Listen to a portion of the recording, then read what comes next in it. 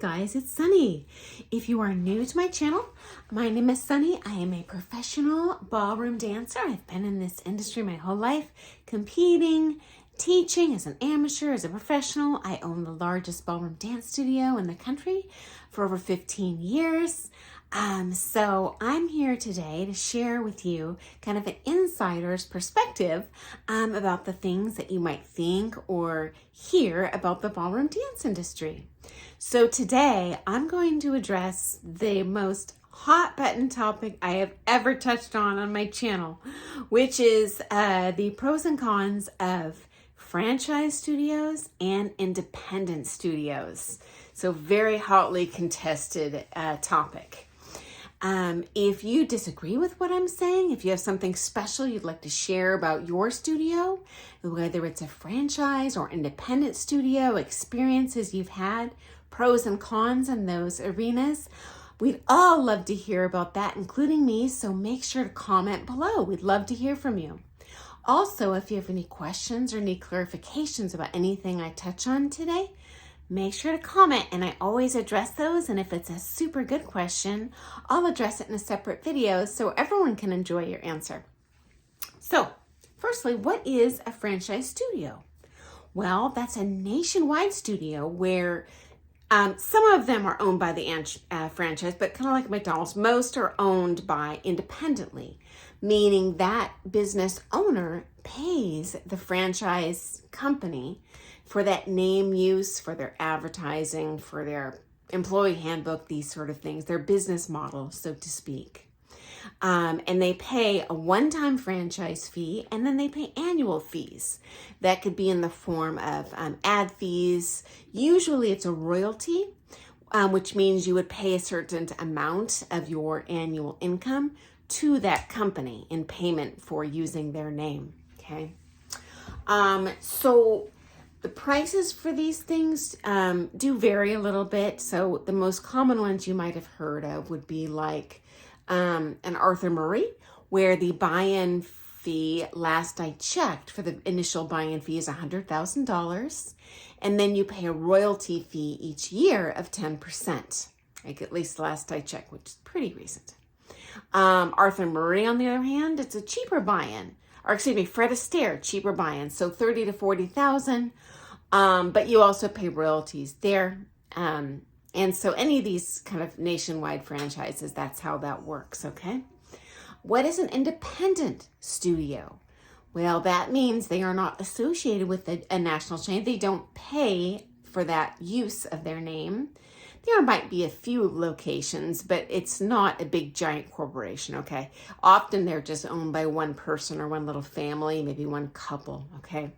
And inside of that independent studio, you'll either find employees who are paid for their services to work there, or more often, independent contractors, meaning they are teachers, they are independent business owners, and they pay that dance studio a fee to teach every lesson there, or to teach a group class, maybe to host a dance. These fees vary quite a bit, but you pay to be in that studio.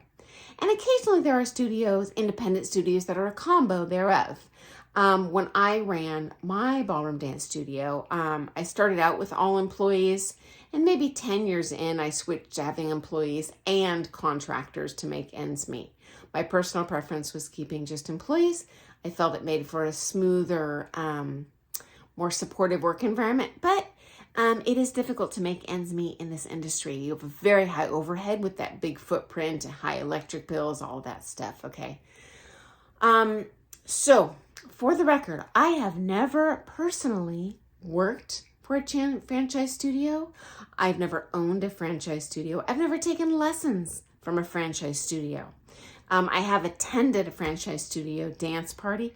I have attended a couple franchise studio showcases. But my experience comes more from, I've hired a ton of people who've come out of the franchise studio industry, and I've also have friends that are professional dancers two of them very good dancers that own franchised studios. So my knowledge more comes from these people, as well as a friend of mine who's written a doctoral dissertation on the ballroom dance culture and has studied franchise versus independent studios in depth. So talk to him about this quite a bit as well to learn more, because my hope today is to share with you both perspectives in as least biased as I can perspective, okay? Because there are definitely two sides to every story. So I want to try to present both of those in this case, okay? So for those of you who have worked in both styles, meaning independent and franchise studios, almost all of them say they are paid more personally working as an independent, but the owner is paid more as the franchise studio owner. And I can say as the franchise studio owner, that is across the board. Everyone I've talked to says they definitely earn bank.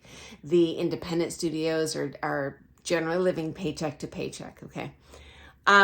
Again, I'm painting this with a broad brush. There's always an exception to the rule, but in the big picture, this is generally what's going on, okay? Frankly, as I've shared with you those expensive costs of owning that franchise studio, they do charge more for their services. This is another thing that's pretty much universally agreed upon, except by people coming only from the franchise industry who have no experience in the independent dance studio industry. And I've heard from those people, oh, they charge just as much or they charge too much.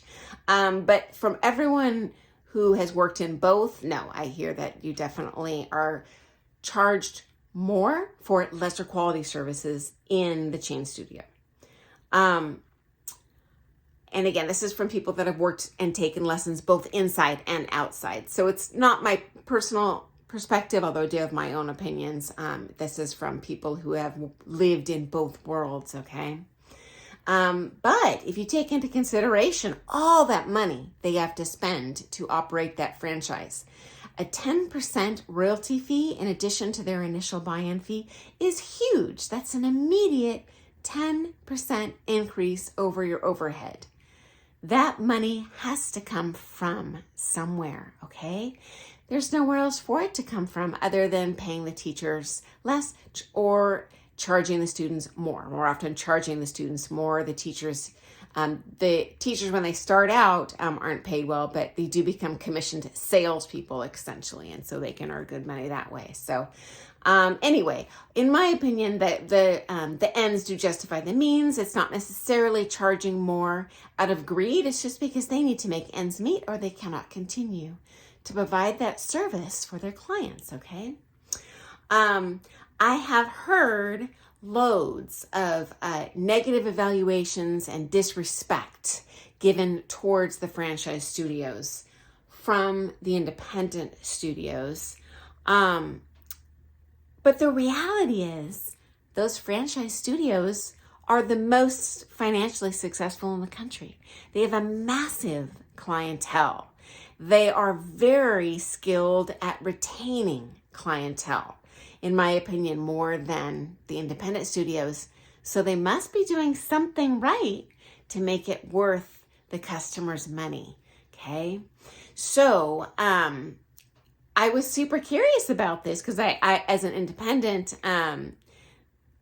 teacher, independent studio owner coming from that culture, I was really curious, what are they doing different? I'd love to hear. So I posted this question in a private professional teachers group that I'm a part of. Like, hey, tell me what these studios are doing right. Because there are teachers in franchise and independent that are all professionals. And so they had some great answers for me, and I definitely want to share those with you. I can say from the student's perspective, I have many students that have come out of the franchise studio and switched to taking lessons with me. And honestly, I have some that are currently in the franchise chain system, and they kind of take lessons with me on the sly to supplement what they're learning there. All of them say they're getting better value for the quality of information from the independent arena but they all had very positive experiences in terms of socially in that franchise studio situation.